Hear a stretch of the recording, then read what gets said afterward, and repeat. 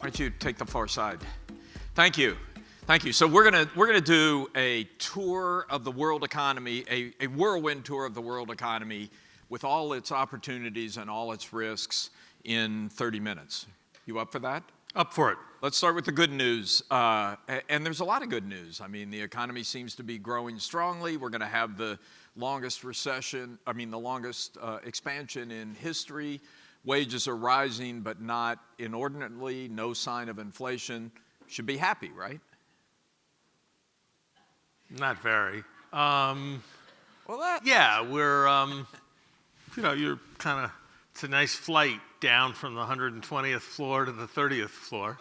But there's trouble ahead when you're going that fast. Yeah, look, there are a lot of reasonable things happening in the economy. You wouldn't have thought we could push employment as hard as we had without having more accelerating inflation. That's a good thing that's turned out to be a feature of the American economy. Yeah, that's the principle. The principal positive is that we've learned that there's more labor market capacity in the United States than we thought. Probably the reason there's more labor market capacity than we thought is that workers are more cowed, intimidated, and lacking in power than we appreciated.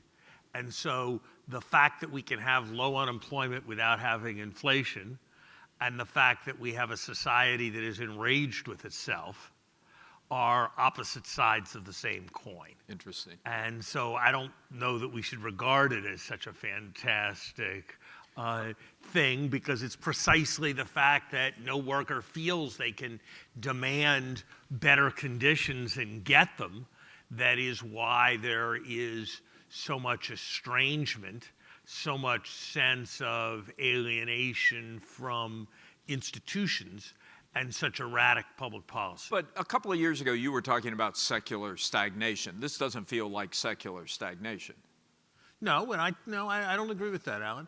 When I talked about secular stagnation, what I said was that the economy would have a very difficult time growing rapidly with sustainable fiscal and financial conditions. We have moved to unsustainable fiscal and financial conditions, and that's been able to generate a period of growth. Just as we had a period of unsustainable financial conditions from 2005 to 2007, for which we eventually paid a price. So today, we are running massively expansionary fiscal policy. That's the debt to GDP ratio can't go up forever.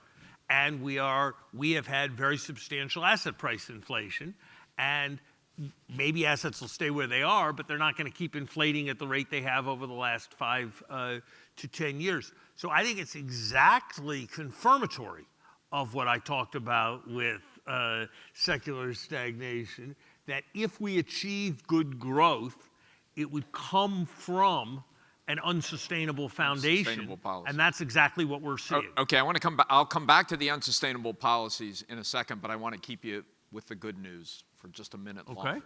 A lot of talk here over the last 3 days about NAFTA. Should feel good about that, right? We got a trade agreement between the U.S. and Canada. Both sides are in happy. A kind of weird sense. Here's the truth. The new NAFTA is the same as the old NAFTA.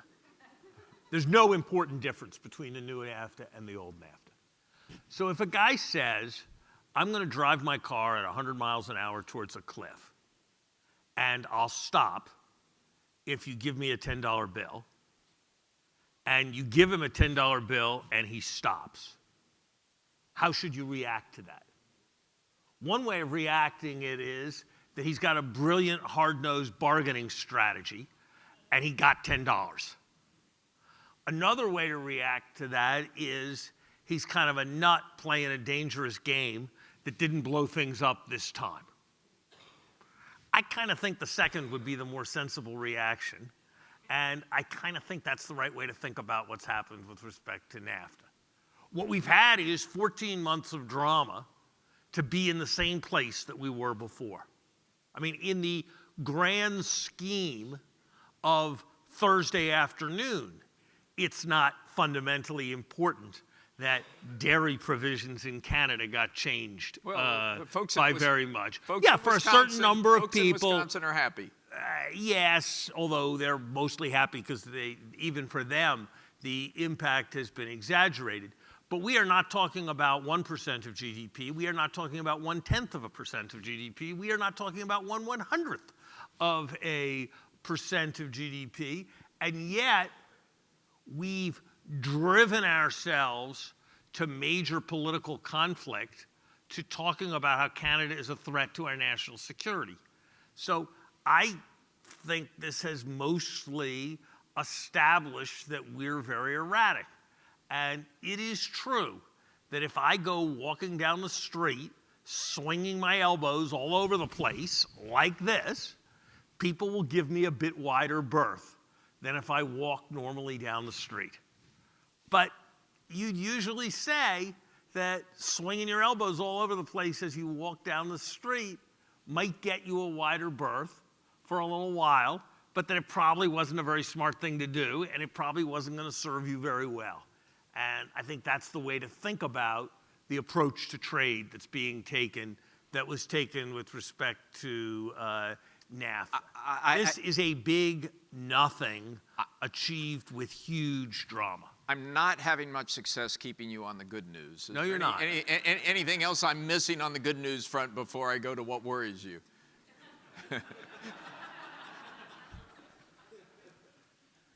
Yeah, look. There's a kind of deep truth and good news, which is Winston Churchill, I think, got it fundamentally right about the United States when he said that the United States always does the right thing, but only after exhausting all the alternatives. And I think it's a serious thing about the United States that we have a terrific resilience that comes from a capacity for self-denying prophecy. We have lots of people running around like I am right now at lots of moments predicting doom. And, we had it when people thought Japan was going to surpass us technologically in 1990. We had it when Jimmy Carter declared that there was a malaise. We had it when there was a crisis of confidence in the presidency with Watergate. We had it during the Vietnam War period. We had it during the period of Joe McCarthy. We had it during the period of the Depression. We had it when Patrick Henry said in 1789, no, that's not right, 1792, that the spirit of the revolution had already been lost. And in all those times, the United States found its way through to repair. And I believe it's overwhelmingly likely that we will. But what's the lesson of those tales? One lesson is that somehow it always just works out fine and that nobody needs to worry. I think that's exactly the wrong lesson. I think the right lesson is because people do worry and they do shout and they do fret and they are concerned, that sets off a process of repair. And I think the likelihood is that will happen in the United States now. But we shouldn't confuse that capacity of the system for repair with the lack of need for repair or any kind of strong basis for complacency. So if you ask me, would I rather have the hand to play in the world that the United States has or the hand that any other country has? I'd choose the hand that just about that the United States has. If you ask me, would I rather be alive today than have been alive 100 years ago? Absolutely, I'd rather be alive today. If you ask me, would I, are my grandchildren going to live better than my children? Yeah, my grandchildren.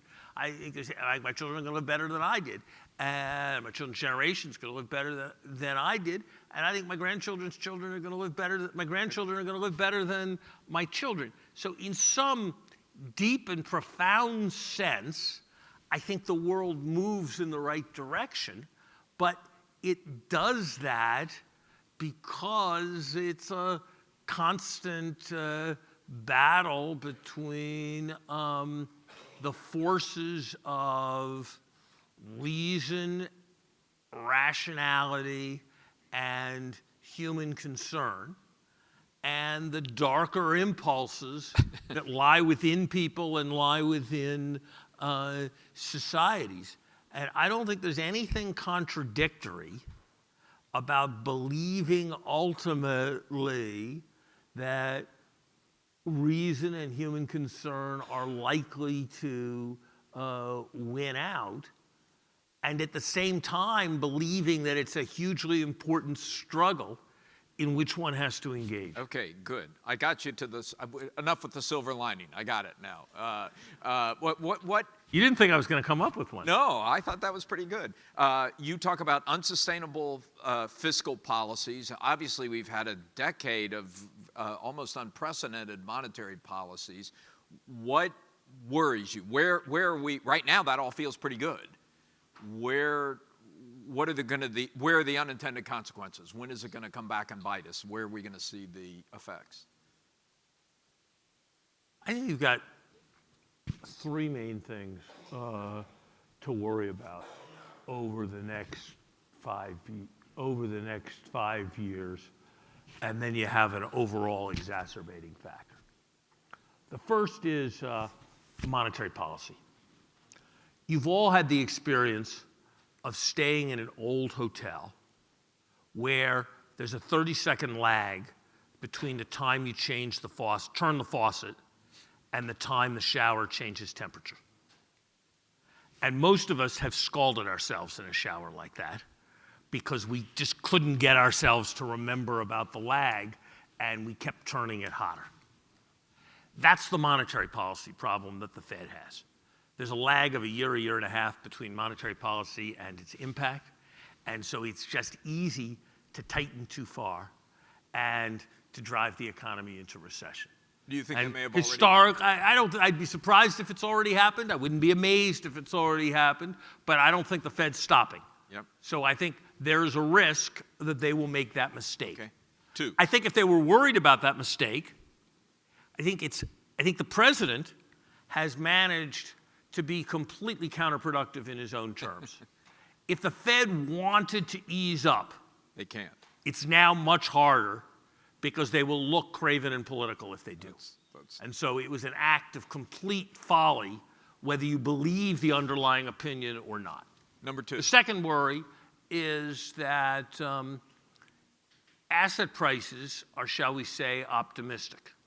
They are extrapolating very rapid growth in earnings. You're talking stocks? Stocks, real estate, credit spreads. Most assets are priced for joy. And most people have come in off the sidelines. And that's the situation where there's more vulnerability. If there's some adverse development, if the gestalt changes, asset prices can fall. And because the whole economy is much more financial than it used to be, if you look at total wealth divided by GDP, if you look at total debt divided by GDP, they're much bigger numbers than they used to be. And so a 20% decline in finance relative to the economy is larger than it used to be. And so I think that's the second significant source of vulnerability. And the third is who knows what's going to happen geopolitically. You know, it's basically the essence of strategic error to be against everybody. It was the essence of strategic wisdom. It's not that there was anything good about Stalin, but the fact that we managed to be on his side made it much easier to win World War II. It's not that in 1971, when we had a rapprochement in 72, when we had a rapprochement with China, there was anything attractive about the Mao regime of that moment, but there was a triangle of the US, China, and Russia, and we had two of the sides. Right now, we are uniting our adversaries. I had dinner last night with a prominent Canadian politician who told me that in public opinion polls in Canada, Xi Jinping is more popular than Donald Trump. That's true in a substantial part of the world. We're about to be in a place, I think, where we're in a very difficult place vis-a-vis both Saudi Arabia and Iran in the Middle East.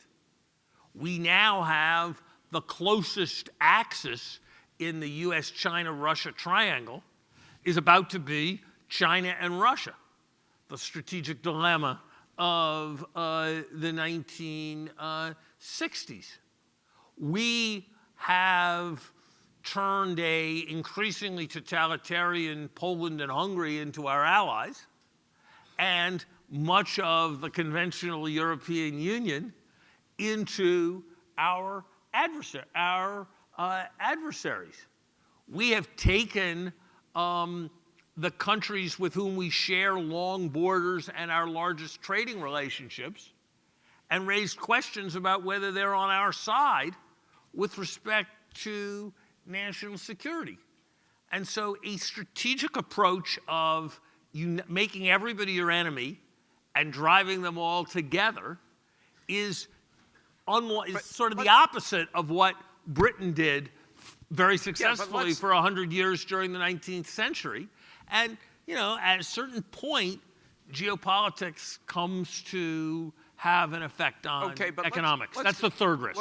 And let's go back to the first issue you mentioned in that third risk, which is China. You are beginning to see, you've really only seen it in the last couple of weeks, with the resolution of NAFTA, with some of the other conversations going, you know, with the European Union. There is a sense, as the finance minister who was of Canada said recently, he was on the stage just now, that it's becoming clear that the real target isn't them, the real target is China. That you're beginning to see a U.S. effort to put together a group that says, hey, you know what, China isn't playing by the rules. It's not a market economy. There is a problem with intellectual property, and maybe we should unite around that. How do you feel about that outcome? It's being referred to as Cold War II after Mike Pence's speech after Mike Pence's speech. So look, it is one thing to say that China poses some of the same kinds of challenges that Japan posed in the late 80s and early 90s. An economy that in certain sectors was not quite playing by international rules, was gaining competitive advantage, and was doing damage to legitimate parts of American business. And I think there's a fair amount of truth in that. I think that, as in the Japanese case, it may well be that the fears will look substantially overblown a few years from now. But I think there are real issues that need to be taken on. I think that is a very different thing than declaring that a country of 1.4 billion people is an existential threat to the United States in the way that the Soviet Union was in the aftermath of World War II. And I think that declaration is counterproductive in a variety of ways. First, it strengthens every hawkish element in China and weakens anybody in China who wants to be cooperative. If the United States says it's going to contain China, well, then China has to resist the containment. Second, it drives towards the separation of China from the United States. Do we want China to be dependent on U.S. technology, or do we want China not to be dependent on U.S. technology? Far from clear to me that our strategic interest is served by encouraging their more substantial independence. Third, we are a country with big budget deficits that doesn't save that much. Do we really want to repel their capital, or do we want to attract capital? When China invests capital in the United States, like, the stuff's here. Like, we control it. It's just their money, and it's our control. Do we really want to pursue a policy of causing all of that to stop? Do we really want to be seen as unreliable and untrustworthy by most of the other countries in Asia in the way in which we are going about things? So yeah, are there legitimate economic and commercial issues that should be vigorously pursued by the United States? Absolutely. Does that mean we should declare a new Cold War on China? Absolutely not. And let's remember something else. It's not like, Donald Trump has this idea that diplomacy is a futile thing. In 2014, China had a 9% of GDP trade surplus. With the whole world, they had a 9% of GDP trade surplus. And we said that was unacceptable, and we didn't say we were having a new Cold War. We, had talks, and we went to the WTO over specific issues, and we did things in the way that people who are concerned with an international order do things. And China's global surplus today is below 1% of GDP. So that was our problem. That was the problem we defined, and that was the problem we solved. Now, there are further problems, but if you ask me in terms of our technological leadership, which am I more worried about? Am I more worried that China might get ahead of us because they might make some U.S. manufacturing company that's making a component of airplanes share some intellectual property with a Chinese partner? That's one thing I could worry about. Or I could worry about the fact that eighth graders in the United States are number one in the world in self-confidence about their mathematical ability, and number 27 in the world in their mathematical ability, which is a bigger problem for America's technological leadership. That's like an easy question. Okay. I'm going to turn away from U.S. policy because I think you've been pretty clear on your views of that. You haven't left a lot of doubt in the room, I'm sure.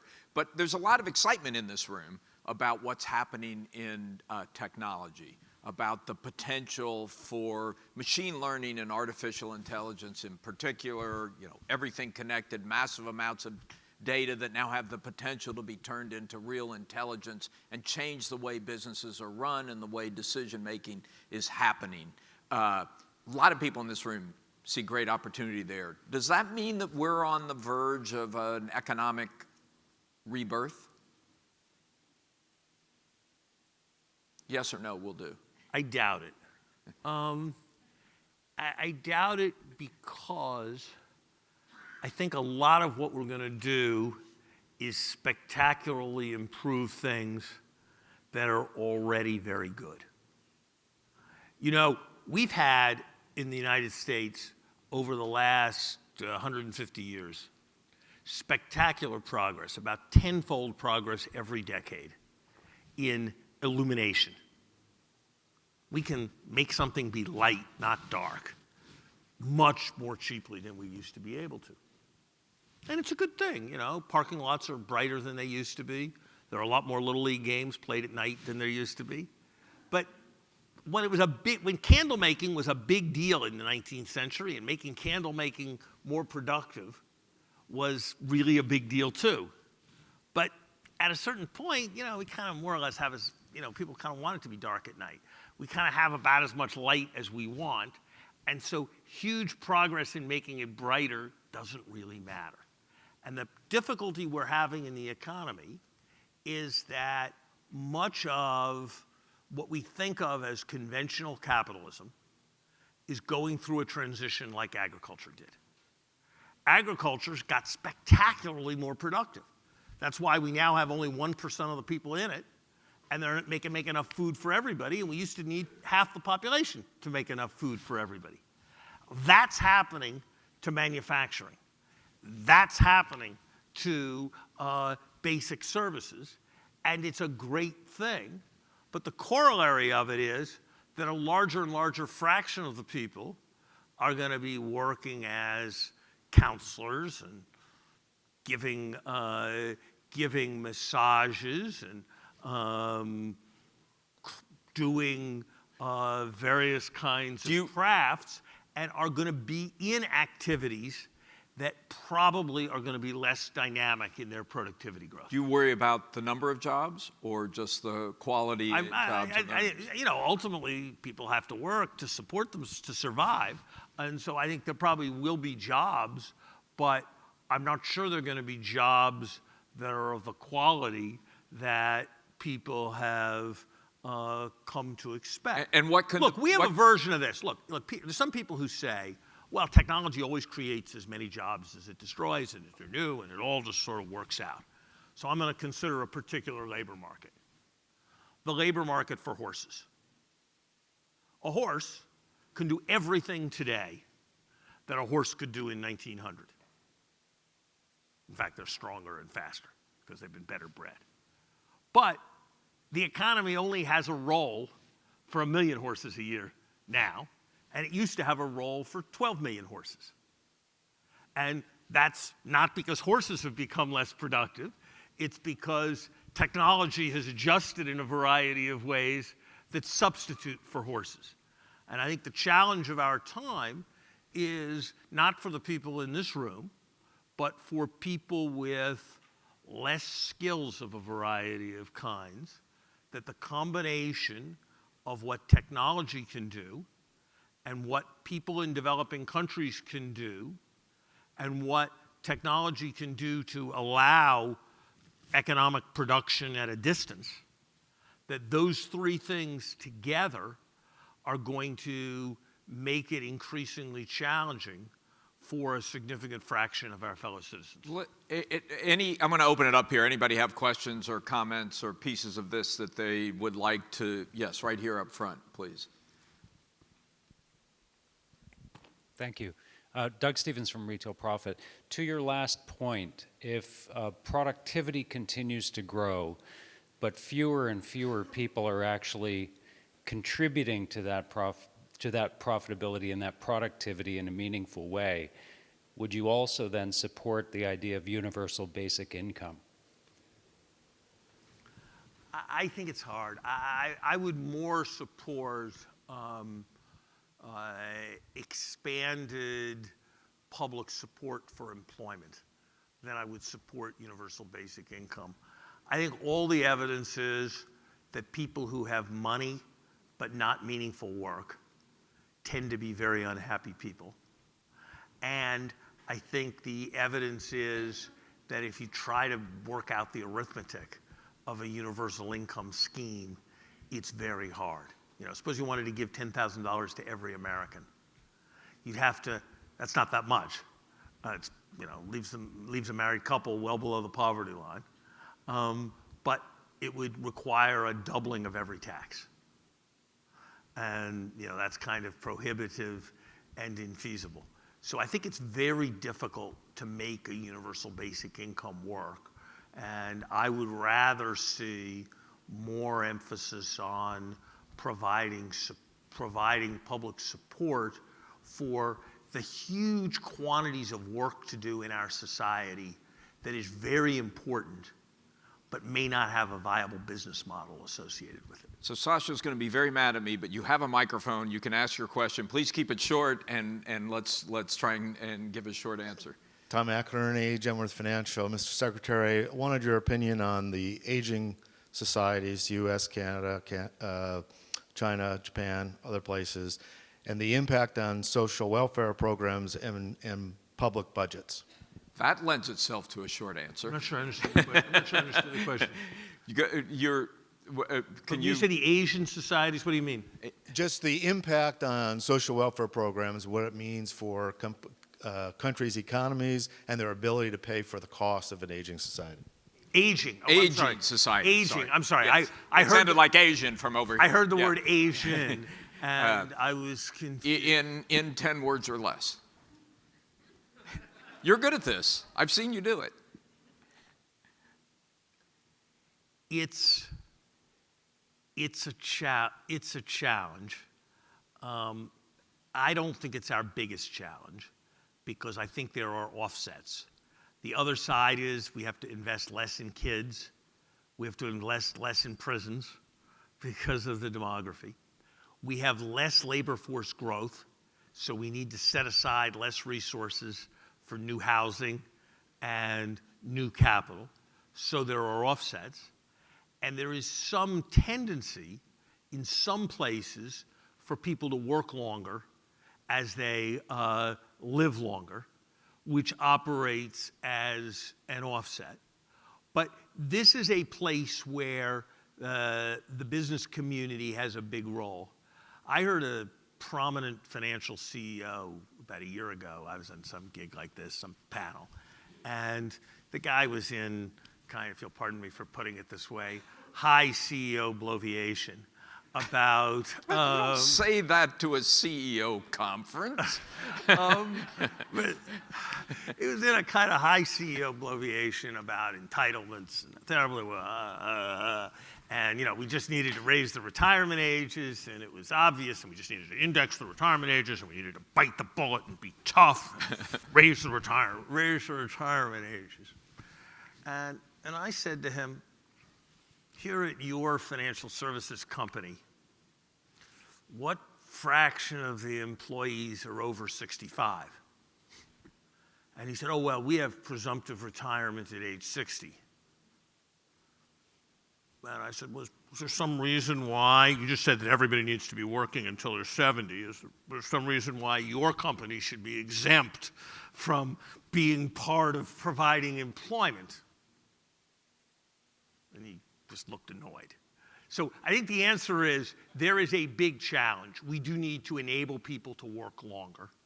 And the business community, and this is a serious corporate challenge, needs to think about how to design a world, which Japan, by the way, has done, where your best job is not your last job. Your most powerful job, your most powerful and best paying job is not your last job. That's a big, what I've called the parabolic career. That's a big challenge, and that government can't do that. That's a challenge for the business community. That is kind of an optimistic note and a challenge to end on. So thank you very much. Thanks for giving us that tour.